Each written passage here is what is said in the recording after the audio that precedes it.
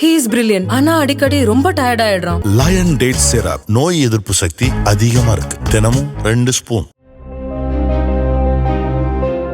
தருமபுரி மாவட்டத்தில் தொடர் மழை காரணமாக தக்காளி விளைச்சல் பாதிக்கப்பட்டுள்ளதால் வரத்து குறைந்து விலை உயர்ந்துள்ளது.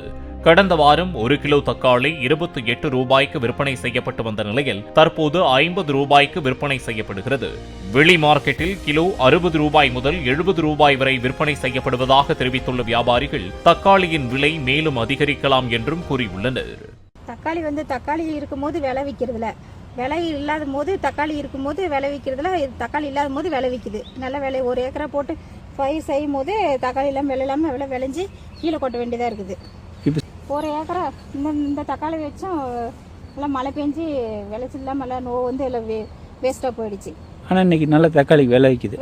பழம் இல்லை, நல்ல தக்காளி விலை விற்கிது. நாம நினைக்கும் போது விளைச்சல் எடுக்கலான்னு போது தக்காளி இல்லை இருக்கிறதுல, விலை விற்கும் போது நம்மளுக்கு தக்காளி இருக்கிறதுல. He is brilliant. ஆனா அடிக்கடி ரொம்ப டயர்ட் ஆயிடுறான். லயன் டேட் சிரப் நோய் எதிர்ப்பு சக்தி அதிகமா இருக்கு. தினமும் 2 ஸ்பூன். பிளே ஸ்டோர் மற்றும் ஆப் ஸ்டோரில் இருந்து பாலிமர் செயலியை QR கோடு மூலம் பதிவிறக்கம் செய்யுங்கள்.